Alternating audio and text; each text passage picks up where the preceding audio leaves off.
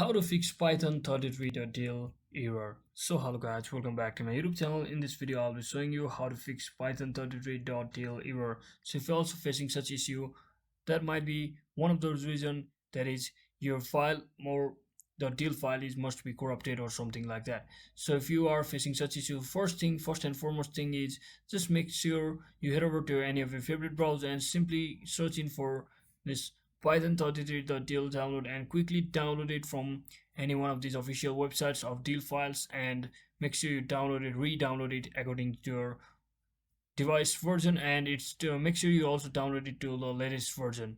So once you successfully download the file, record file, what you can do instead is finally come over here and simply, before you open and paste it to the designated directory, just right click on that particular file and simply click on this features that is called scan with Microsoft Defender. So every Windows come with a Microsoft Defender in pre-installed, so you don't need any third-party antivirus software to simply scan it. So just make sure it is virus free, and once you do all of that, you can paste it wherever you want after successfully re-downloading it as I showed you before, and your issue or error should be fixed successfully. So that is it for today guys. I hope this video was informational. If it was, don't forget to like and subscribe to the channel. See you on the next one.